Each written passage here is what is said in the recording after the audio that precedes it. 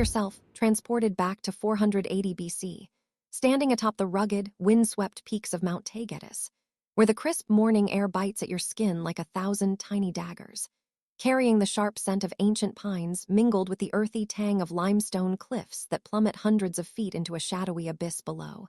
And in your weathered hands, as a grizzled Spartan elder clad in a tattered crimson cloak, stained from countless battles, you cradle a fragile newborn infant whose tiny fingers instinctively grasp at the rough wool fibers, its piercing cries echoing off the jagged rock faces like a desperate plea lost in the howling wind, while overhead majestic eagles circle lazily against a pale blue sky, their shadows fleeting across the ground like omens of fate.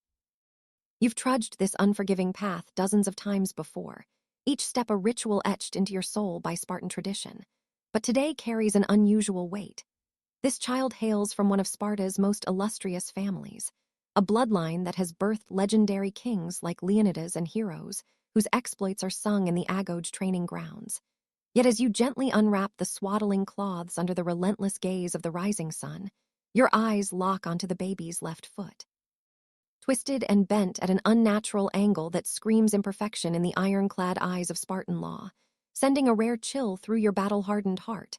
For you know the chasm ahead, the infamous apothete or place of rejection, where the scattered bones of thousands of other, unfit, children lie entangled in thorny bushes and jagged rocks, their fragile skeletons a silent testament to a society's merciless quest for warrior perfection. This noble-born infant, spared no mercy despite its parents' wealth, status, and the mother's tear-streaked face waiting anxiously back in the sparse Spartan village, will soon join those forgotten souls, not through some act of random cruelty, but as part of a deliberate, systematic elimination of any child deemed incapable of fueling the relentless war machine that Sparta has become, a practice the Spartans viewed not as murder, but as sacred necessity. A duty to forge the most feared warriors in the ancient world by weeding out weakness at its root. Yet the true horror unfolds far beyond what any epic tale or Hollywood spectacle like 300 has ever captured, revealing a darkness that stripped humanity bare in pursuit of an illusory ideal. And if this vivid plunge into history's hidden horrors captivates you, igniting a fire to uncover more buried truths that challenge our understanding of civilization, then smash that like button right now to show your support.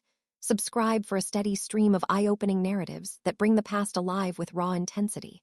Share this with friends who crave real stories over fiction, and drop a comment below telling me where you're tuning in from, whether it's a bustling city or a quiet corner of the world. Because together, we can amplify these voices from the shadows and keep the conversation thriving with motivation to explore, learn, and grow beyond the surface.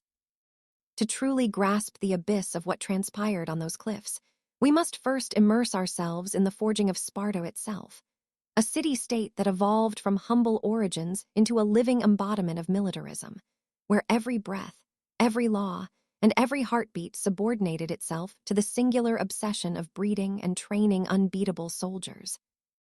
A transformation sparked not overnight, but through centuries of brutal conflicts that began with the Messenian Wars in the 8th and 7th centuries BC, when Spartan forces, driven by land hunger and ambition, conquered their neighboring region of Messenia, subjugating its people into the Helots, state-owned slaves who toiled endlessly in fields and workshops, outnumbering their Spartan overlords by ratios as high as 10-1, creating a perpetual state of siege within their own borders. For the Helots seethed with resentment, plotting revolts that erupted periodically like volcanoes, forcing Spartans to live in constant vigilance, their society hardening into a fortress mentality where survival demanded absolute military dominance. And this wasn't mere defense. It was an all-encompassing ideology that redefined human existence, viewing individuals not as souls with dreams and emotions, but as interchangeable parts in a grand engine of conquest, where compassion equated to vulnerability and imperfection, invited annihilation. Imagine the daily life in Sparta's austere villages, where Spartan boys were ripped from their mothers at age 7 to enter the Agoge, a grueling training regimen of starvation, beatings, and theft to instill toughness, while girls trained in physical prowess to bear strong offspring, all underpinned by the belief that only through such rigors could Sparta withstand the Helot threat and expand its influence across the Peloponnese. But the roots of child elimination dug even deeper. Attributed to the semi-mythical lawgiver Lycurgus, a figure shrouded in legend who supposedly consulted the oracle at Delphi to craft Sparta's constitution around 800 BC, establishing the Gerousia, a council of 28 elders over 60, plus the two kings, as the arbiters of life and death for newborns, turning what might have been private family matters into public spectacles of state loyalty. Where the killing of imperfect children occurred not in hidden shame, but amid communal gatherings, with elders parading their decisions as acts of wisdom that preserved the purity of the Spartan race. The criteria for rejection were as broad as they were capricious, extending beyond obvious physical deformities like club feet or cleft palates to subtle signs, such as a birthmark in an unlucky spot, a cry deemed too feeble suggesting future cowardice, delayed reflexes hinting at sluggishness in battle, or even the infant's skin tone if it evoked suspicions of foreign blood tainting the lineage. And disturbingly, popular support ran deep. Spartan mothers, indoctrinated from birth, presented their bobbies with stoic pride, knowing rejection loomed as a possibility, while fathers vied to display emotionless resolve, praising the elders' verdicts to prove their devotion, fostering a culture where grief was branded weakness and celebration of these sacrifices reinforced communal bonds, all while the Helots, forced to witness or even participate in disposals, internalized their oppression. By 480 BC, during the Persian Wars when Xerxes' hordes threatened Greece, this system had claimed thousands, with the apotheke at Mount Taygetus serving as the most infamous site. But archaeology paints a broader picture. Excavations in the Eurotas Valley and beyond have unearthed infant skeletons at multiple locations, some showing signs of violent trauma like fractured skulls from falls, others buried in shallow wilderness graves indicating exposure to elements, and a few in ritual pools where drowning merged death with religious offering to gods like Artemis Orthia, who demanded strength in her devotees.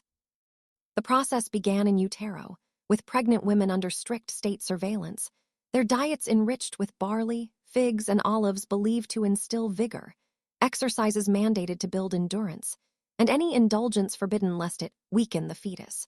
For Sparta invested heavily in its breeding program, pairing strong men and women in temporary unions during festivals like the Hyacinthia to optimize genetics, and upon birth. Often in Spartan huts with minimal aid to test maternal fortitude, officials were summoned immediately for the Gerousia's inspection, where elders poked, prodded, and provoked the child, interpreting responses through a lens warped by their own brutal upbringings. A weak grip might signal poor sword-handling potential, excessive fussiness, emotional frailty unfit for the phalanx. Survivors faced ongoing scrutiny, with quarterly checks weeding out slow developers or those showing soft traits like attachment to family, the constant threat molding children into hardened automatons. But for the rejected, fates varied horrifically. The cliff drop offered a swift end, the body shattering on rocks below, while exposure in remote wilds meant slow starvation or predation by wolves. Drowning evoked sacred purification, and gifting to helots turned infants into playthings or slaves, a cruel irony oppressing the oppressor's cast-offs. The psychological scars ran profound. Parents barred from mourning under penalty of ostracism, mothers suppressing tears to avoid labeling as disloyal, fathers channeling loss into fiercer training, creating intergenerational trauma where survivors overcompensated in loyalty, viewing their lives as conditional loans from the state. And among the elite Gerousia members, a macabre pride emerged, with elders competing to condemn borderline cases, ritualizing selections with chants and offerings, corrupting parental bonds into detached utility. This eugenic madness stemmed from a fervent belief in inherited traits, Spartans convinced that culling the weak improved the stock over generations, and proto-eugenics ignoring environmental factors, economically justified by the helot system. Freed from labor, Spartans trained full-time, but with revolts like the one in 464 BC after an earthquake demanding constant readiness. Unfit Children were seen as resource drains better allocated to proven warriors, religiously sanctified as tributes to war gods like Ares, who favored only the mighty. Broader Greek reactions mixed horror and envy. Philosophers like Plato in the Republic, praising Spartan efficiency, while Aristotle decried it as barbaric. Athens mocking them as child killers yet borrowing disciplinary elements. But Spartan success at Thermopylae in 480 BC silenced critics, propagating their model. Bring this alive. Let's delve into expanded tales of specific children, their fates weaving a tapestry of suffering. First, the royal infant of 485 BC, son of a Leonidas descendant, his cleft palate sparking a 3-day Gerousia debate in a smoke-filled hall, parents isolated without feeding rites to prevent bias. The unanimous verdict turning his drop into a festival attended by throngs cheering state purity, his mother later birthing 3 warriors but haunted by visions. Whispering to the mountain winds. Second, the middle-class girl of 479 BC, initially passing but delayed milestones at 6 months, unable to lift her head, prompting family concealment in dim huts, maternal drills failing against inspections, her exposure in thorny fields discovered alive by compassionate helots who raised her in secrecy amid slave quarters. Her life a hidden rebellion teaching survival over perfection, bearing children who never knew their Spartan roots. Third, the 476 BC boy with flawless form but a winter cough betraying lung weakness. His parents, forewarned by a sympathetic physician, choosing private suffocation in moonlit cradle over public shame, staging a natural death with funeral rites denying state ritual, their secret burying guilt that fueled overzealous military service. Add a fourth story. A boy born in 490 BC to a helot overseer's Spartan master, marked by a scarlet birthmark on his cheek interpreted as a curse of the gods. Elders debating if it signaled divine disfavor. His wilderness abandonment interrupted by a storm that buried him under mud. His tiny remains later found by archaeologists symbolizing nature's indifferent judgment. Fifth, a twin girl in 470 BC, one strong and one frail, the weak ones drowning in a sacred spring during a festival. The survivor growing into a renowned mother, but forever shadowed by her sister's absence, questioning in private moments the system's fairness. These narratives, pieced from Plutarch's accounts, archaeological digs, and inferred from Spartan silence on the unworthy, highlight the arbitrary cruelty that touched every stratum.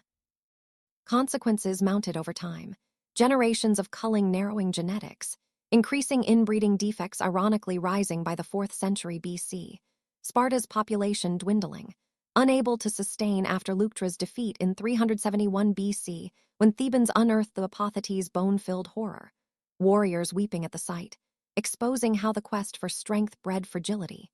No artisans, no thinkers, just soldiers adrift in peace. Roman historians like Plutarch romanticized it as disciplined sacrifice, ignoring genocide, influencing modern myths in films portraying Spartans as freedom fighters while burying child murder.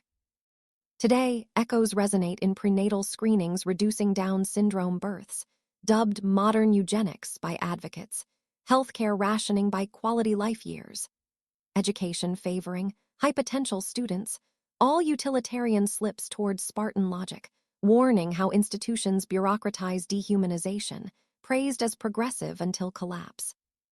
Return to that cliff, the elder's grip loosening, the child tumbling into void, symbolizing lost poets, dreamers, humanity sacrificed for perfection that crumbled Sparta, those bones whispering every life matters, motivating us to value diversity over uniformity.